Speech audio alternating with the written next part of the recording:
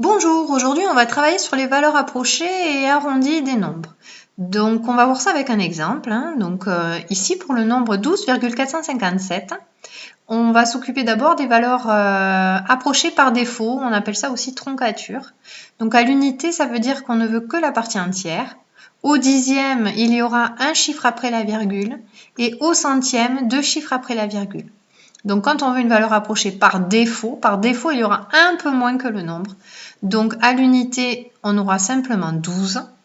Au dixième, on coupe le nombre au chiffre des dixièmes, c'est-à-dire 12,4. Et au centième, on coupe le nombre au chiffre des centièmes, c'est-à-dire 12,45. Voilà pour les valeurs approchées par défaut ou troncature. Alors maintenant, on va voir valeur approchée par excès. Donc par excès, on arrondit le nombre, mais un peu plus que sa valeur. Donc à l'unité, un peu plus que 12, ça va être tout simplement 13. Au dixième, ça ne sera plus 12,4, mais on va l'arrondir au-dessus, c'est-à-dire à 12,5. Au centième, ça ne sera plus 12,45, mais on va l'arrondir encore une fois au-dessus, c'est-à-dire 12,46.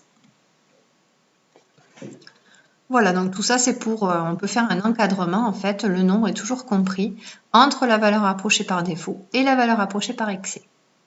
Alors maintenant, on va s'occuper des arrondis. Donc l'arrondi, en fait, on va arrondir le nombre à l'unité, c'est-à-dire partie entière, au dixième, un chiffre après la virgule, ou au centième, deux chiffres après la virgule, mais en prenant la valeur la plus proche du nombre. Donc c'est-à-dire qu'ici, quand on veut un arrondi à l'unité, on ne va pas regarder l'unité, mais on va regarder le chiffre d'après, c'est-à-dire le dixième. Le virgule 4, il est plus proche du virgule 0 que de 13 en fait, de 12,0 que de 13. Donc en fait à l'unité, on va avoir comme arrondi 12. On regarde toujours le chiffre d'après. Pour les dixièmes, cette fois-ci, donc les dixièmes c'est le 4, on va regarder cette fois-ci les centièmes.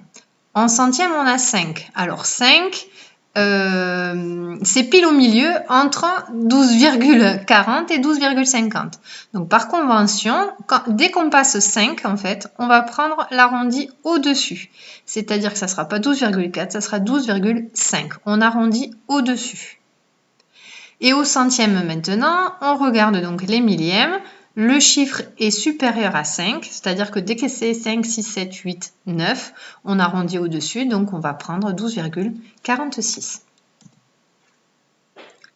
Alors voilà pour cet exemple. Donc évidemment, une fois qu'on l'a compris, on essaie de le refaire sans les corrections ou en s'entraînant avec un autre exemple. Donc ici, je t'invite à arrêter la vidéo et essayer de faire toi-même toutes les arrondis, valeurs approchées par défaut ou par excès, et te corriger ensuite à l'aide de la correction que je donne juste après.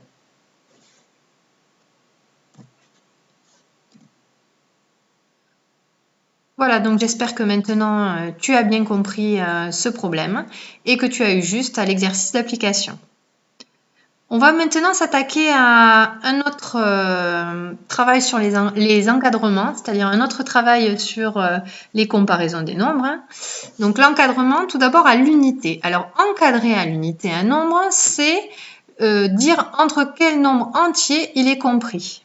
Donc ici, 3,4546 est compris entre 3 et 4. Il faut toujours une unité entre les deux nombres qui l'encadrent. C'est-à-dire ici, pour trouver le nombre de gauche, on fait tout simplement une troncature à l'unité, c'est-à-dire que c'est 3. Et ensuite, pour trouver le nombre de droite, on rajoute un point puisque c'est un encadrement à l'unité. Donc il y aura un point d'écart entre 3 et 4. Donc 3,546 est bien compris entre 3 et 4. Il y a bien un point, ce sont des nombres entiers consécutifs que l'on a ici. Cette fois-ci, encadrement au dixième. Donc au dixième, il y aura 0,1, un dixième, entre les deux nombres.